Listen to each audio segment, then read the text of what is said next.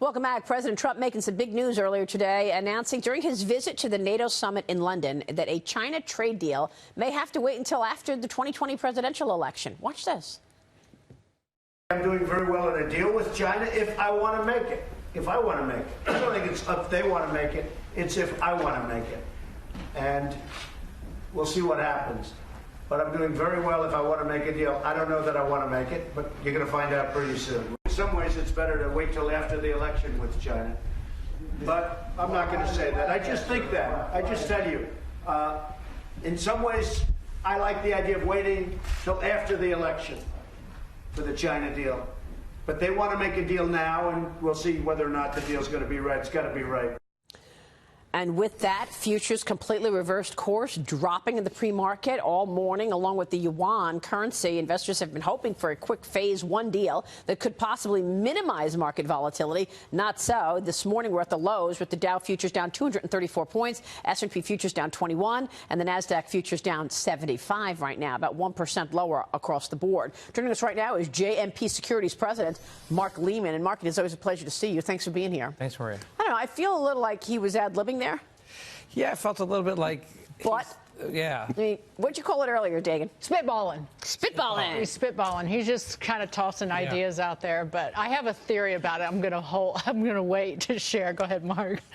Yeah, I mean, I think... How much of a worry is it? Well, listen, the market's the last 2 days has worried 500 points, if you believe the futures right now. Good point. That's 2%. So that's not nothing. And we've had a nice fourth quarter, and we were going into the end of the year probably more optimistic than we were at any time at the rest of the year. And that's put a little bit of water on that. And that's probably not great going into the fourth quarter and saying, I'll decide, and it's not up to them, it's up to me, adds to that. And I would expect if that rhetoric continues, we're going to see more down days than up days. Can we talk about currencies for a second? So the president just put tariffs on Argentina and Brazil, saying that it was because they were allowing their currencies to fall. Maria just said in her lead-in that the Chinese yuan is falling on this news. Talk about the dollar and where it stands and how much of its increase is market forces in action and how much of it is, trade actions by other countries just trying to hurt us. Well, I'm not sure South American currencies are the reference point of anything for the American dollar, and I wouldn't expect. They got what bigger problems than international trade at some of the countries you just mentioned. Listen, when things get difficult in the marketplaces, forever in my 30-year investing career, the American dollar has been the place of strength and the safe haven currency. And I guess that's going to continue for the rest of my investing career because that's what's happening. And I'm not sure some of those things are based on tariffs. They're more based on what's the fundamentals going on. And whether we like it or not, our economy, which continues to chug along at the levels it does, is probably the best economy going. But isn't it more than chugging along? I mean, we had an incredible weekend of shopping. That's not just chugging along, right? So my point is we have the best economy in the world, and some of those weaknesses of those currencies this is the right safe haven currency globally. But then what we see is I'm sorry, Dagan, when the dollar gets strong, it becomes a focal point in the trade war. So, I mean, do you have to start watching this as an investor? Dollar gets strong, maybe that means new tariffs, maybe that means that stocks come off. I think the market's telling you that. I think we've seen in the last few days as the rhetoric's gotten louder that our currency's gotten stronger, and I think it kind of feeds on itself. And I think we do maybe have to take a little bit of a step back and figure out what the ramifications are, because spitballing may not be the way to go to policy.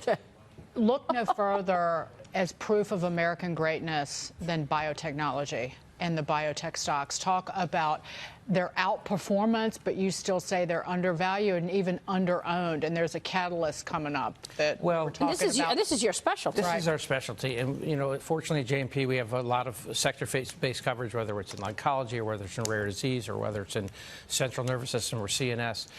This quarter, the overall performance of the life sciences stocks, albeit in a great quarter so far for the market, is 3x the overall market.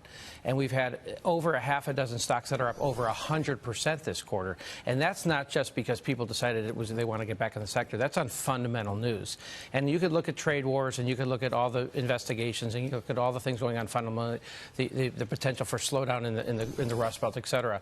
What's not slowing down is the innovation in life sciences. That has definitely not slowed down. And what we're seeing is is more approvals at the FDA, more rare diseases that are getting cured. It's not just oncology. It's Alzheimer's. It's schizophrenia. It's some things that have gotten huge markets that have no attention so far. But drugs are working and stocks are working, and I think that's going to continue. And I point this out because this is where finance and investment meets real life and where we are as Americans. And when it's some drug development by this small company is the difference between life and death. Yeah, and I'll bring it back to USMCA, because one of the things that the Democrats want is they want a lower number of years that companies can hold on to patents. This is one of the things that they want changed in the USMCA, the biologics, and I think they're going to give them that.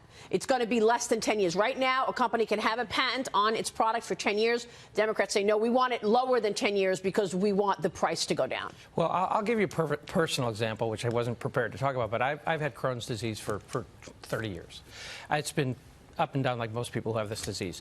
A year ago, I found a new doctor and I found a new medication, and it has changed my life. Okay, it's exactly what you're talking about. It has literally changed my life, and it's a very expensive drug. My insurance company does a great job for paying for it, but I personally, it's changed everything. And these diseases that are really these diseases that ruin people's lives and take over their families' lives and take over their finances, people need to understand that that is what's going on. 13% of our health care bill is by drugs. It's not 40, it's not 50, it's not 70. 13% of our spend in this country is drugs. We need to pay for that. You have this unique perspective on this. On the one hand, we need companies innovating so that they can create drugs that change lives like that change yours. On the other hand, if they're so expensive that we can't get them actually into people's systems, so where do you stand on that? Which is why you need the private sector to be able to believe they can make money on this stuff by having a patent for 10 years. I'm just saying this is a big issue, and it links. And charitable giving is one of the ways that people actually get these drugs. I witnessed that myself. The compassionate use of these drugs does happen.